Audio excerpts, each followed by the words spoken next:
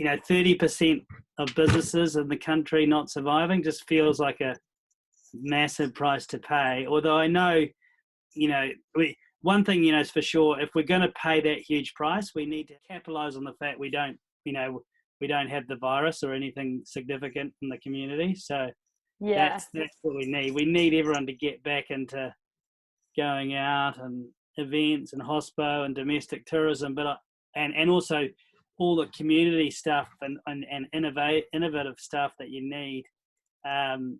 We're personally working on all the things like digital identity, contactless identity, health credentials, digital, currency, contactless payment. All basically our 3-year roadmaps become a 6 to 12 month roadmap. Everything's been compressed. Like without a digital identity solution, we can't. Industries cannot resume. Right. You need to know what people's status is. Yeah, there's definitely some real opportunities there now that, they've always been opportunities, but they're sort of at the forefront now that we are having to work in these different ways and businesses are having to work around these sort of, I guess, limitations that they're being beholden to. But I think it's really good that it's gone hard and fast, but hopefully, as you say, we get out there again soon, because every week that we're locked up is like another week with $3 billion. plummeting GDP. How much did you say? $3 billion a week it's costing. And Winston, so that was my point. Winston said today to Mike Hosking, we can't afford to stay in lockdown. We just can't afford it. He knows we need to get back to work. Yeah, I think, and given we're seeing those rates drop, we can't afford it if we're going to overwhelm the health sector, and then we can't afford the resource and everything, because that would equally affect the economy as well, from an economic perspective. But given we are seeing those decreasing rates, I don't see why they won't let us out. And you're right. That's a lot to be losing each week. So it's not just that, it's the human cost and the cost of families and livelihoods and mental health and self-respect. Once people get used to doing nothing as well, it's hard to do something. Like I've tried to adopt really good habits, because I know that whatever habits I adopt now will be with me coming out the other side. Totally. You've got to be kind to yourself, but at the same time you also you need to have that routine in place. I've got I'm a real list taker. So as soon as I came in, I was like, bang, this is what my day looks like to an hourly basis. And then I obviously just set goals, to have conversations with people in the sector like this and just see how that impacted to kind of keep me. So tell me about that. So what's this conversation about? Who's it come from? Does it come from just me? I'm just from a business perspective, I've been talking to different people. So I spoke to an employment lawyer, and I've spoken to someone in who heads up debt capital markets for CBA, and then also startup first AML. So I'm just reaching out to different people and hearing how they're finding it, because it's a really interesting time. I think when basically we're sort of seeing the wheels of commerce kind of are on hold right now, and it almost kind of, I guess it displays that it is just a system that's upheld by a collective belief or collective understanding in that system. So it's just really interesting to see when people are losing their jobs, or all of a sudden money is a problem again, you realize money's just, and then the government's printing all this money, you just realize it's such a social construct. So it's just interesting to see how people are finding that realization and how they're coming through it. Out the back of this, I think there will be lots of it will strengthen the digital kind of growth, because there is basically an understanding that whatever we believe in, we choose to believe in, and therefore it succeeds. So therefore cash, and just when we think about money and the way that it's historically been dealt with, we kind of are realizing, well, that's just a construct, and if that's a construct, then what's wrong with the digital currency construct? So it's just definitely breaking down. It's breaking down all those kind of misunderstanding, and giving people time to think, to reflect, to get out of their sort of, because people are just on this treadmill where they don't even think. I don't reckon they don't even see what's in front of them. So you're right, it's definitely seeing the clear sky, the fact that not driving has an impact on our environment, that's huge. Actually enjoying being with family, not having all these external commitments that, you know, take you away from family, all these social events, you know, being forced, you know, I know people who have started, you know, doing their veggie garden, which they've never done, and all those sort of things, which they're actually really enjoying. So it's like, there's so much positive to come out of it. But, you know, I mean, I know it's easy to say when you've got a job and you can kind of enjoy that. And if you didn't, it would be seriously uncool and unsoothing. But I guess at least they get their emergency package, right? And you know, that's something. But it wouldn't be something if you had a big mortgage. But hopefully, if you had a big mortgage, you had a bit of a buffer. Yeah, exactly. There's going to be some real hurt out of this, but I guess hopefully they're just, yeah. 70,000 people already have gone to banks about their mortgage. Yeah. And like a third of young people are now unemployed or something like that. Like it's pretty horrific. But I think in New Zealand we are, I mean, if we can get this done quickly and get and just pivot, you know, we are a country that can be adaptable. Hopefully we can just pivot and distribute resource from between sectors to get the economy kind of restarted. But you're right, that lockdown's going to be like, hopefully it's no longer than what's already been where do you see that redeployment plan coming from, that economic plan, system wide? Look, I don't, or is it just going to happen naturally? Yeah, I mean, look, I'd love to think that the government is obviously going to put something in place there, but obviously they're pretty well occupied with some of the other strategic initiatives they have to put together. I think, like, as per usual, the private sector will be hopefully making up a huge part of that. Like, I think there will be companies that are identifying opportunities, and it will just have to be Kiwi businesses and SMEs that show resilience throughout this period, I think, and pivot where they can to use their business or like their assets, I guess, in a different way.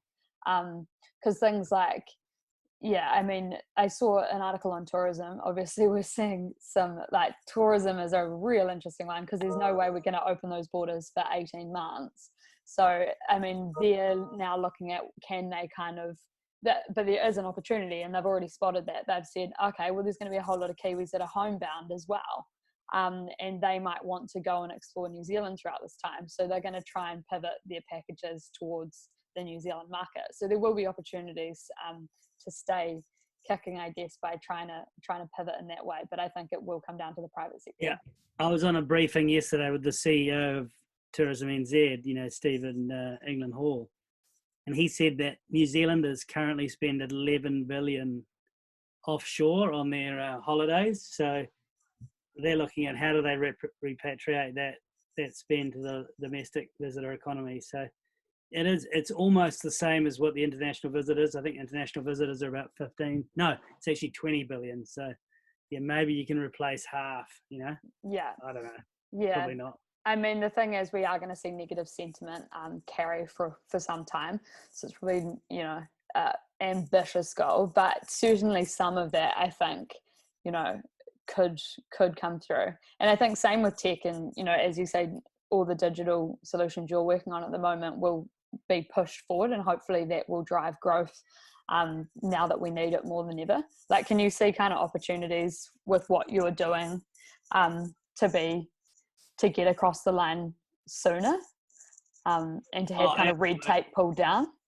Absolutely, Amy. Like today I was on a call with like about 20 Māori and health officials talking about the digital identity infrastructure needed to, you know, as a foundation for, you know, all the applications they need around health, but also tracking and tracing and, you know, health credentials and so and they want to make it. They want to start with health, and then once you've got an ID in place for health, you can add on all the other services. So and bringing in transport's really important. That's how they launched digital identity in Estonia. So all the thinking that we've done over the last 4 years is like coming together, and all the technology that we've got is pretty much, you know, verging on production ready. So yeah, that's super really exciting. Yeah, it is. It is. So, I don't know. I mean, it feels like it could happen, but, let's see.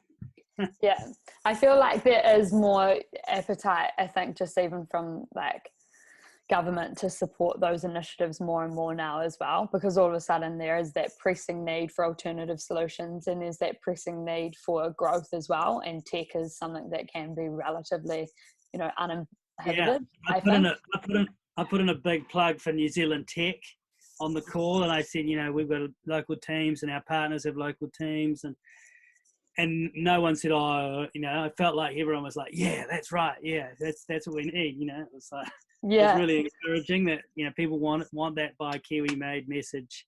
I know I'm an investor in Lucky Taco, the Frizzell's taco business, and that they're at capacity. Like they can't produce enough taco kits for people.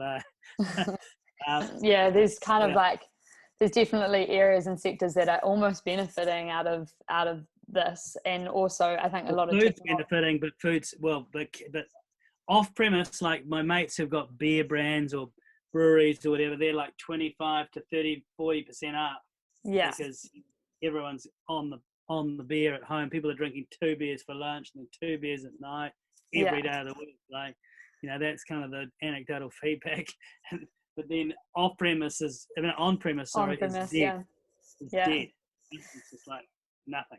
So I guess hopefully some of those companies that have only the on-premise, hopefully they've been able to pivot and maybe try and sell. I've seen quite a few of that actually through Facebook, like Pals and things like that, selling, like marketing their product quite well through Instagram and things, which is real interesting. Another thing is in terms of technology, did you see, because obviously they're looking at increasing like the quarantining expectations for those coming through the border. So I think they're going, it's a mandatory 2 weeks. But they haven't put out much around the plan, like whether it is in government provided accommodation or how they're actually going to enforce that. Did you see, I think it's Singapore that had technology where they can map the perimeter when you get home and you arrive in from your international travel. Do you think we can get our hands on any sort of tech like that? Oh, totally. Yeah, I think people are already working on all that stuff. Yeah, we're not tried to get to like all that. There's that tracking thing that goes on your phone, and it's all NFC activated. So that stuff is out there. You wouldn't want to reinvent the wheel. You've got to either you've got it or you don't. And I know people are talking to people in Singapore, and the government's they've got getting inundated with ideas from app providers, and no doubt some of them will be picked up. But we're more trying to focus on the foundational stuff. Like, it was interesting to hear just in the